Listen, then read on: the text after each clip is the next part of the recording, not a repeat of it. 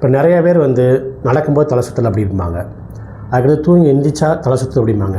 கீழே குனிஞ்சு எந்திரிச்சா தலை சுற்றல் அப்படிம்பாங்க. இதுக்கு என்ன காரணம் அப்படிங்கிறத நம்ம வீடியோவில் பார்க்கலாம். இந்த மாதிரி பேஷண்ட் செக் பண்ணி பார்த்தோம்னா ப்ரெஷர் நார்மலாக இருக்கும், சுகர் நார்மலாக இருக்கும். ஆனால் வந்து அவங்களுக்கு பிரச்சனை வந்து தலை சுற்றல் பிரச்சனை தீரவே தீராது அப்படிம்பாங்க.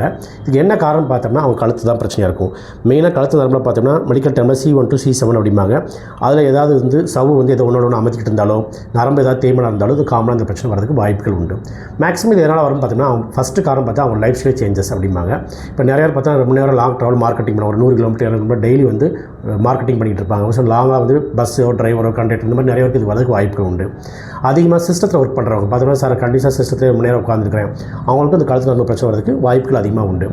முக்கியமாக ஹவுஸ் ஒய்ஃப்ஸ்னு பார்த்தோம்னா நிறைய பேர் பார்த்தோம்னா அதிகமாக அந்த சோபாவில் நிறைய பேர் படுக்கிற பழக்கம் உண்டு. சோபாவில் அது படுக்கிறது, அன்பொசிஷனில் பெட்டில் படுக்கிறது, சரி அதிகமாக பில்லோ ஹைட்டாக வச்சு படுக்கிறது, இந்த மாதிரி ப்ராப்ளம் இருக்கவங்களுக்கும் காமனாக வந்து கழுத்து நரம்பில் அந்த தேய்மானம் வரதுக்கு வாய்ப்பு உண்டு.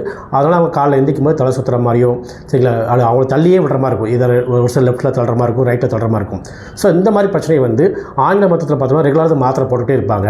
பட் நம்ம ஹோமியோபதி மெடிசனில் நிரந்தரமாக தீர்வுக்கு நிறைய மருந்துகள் இருக்குது. இதை பற்றி சந்தேகம் இருந்தால் கண்டிப்பாக நம்ம நம்பருக்கு கான்டாக்ட் பண்ணி தீர்வு பட்டுக்கலாம்.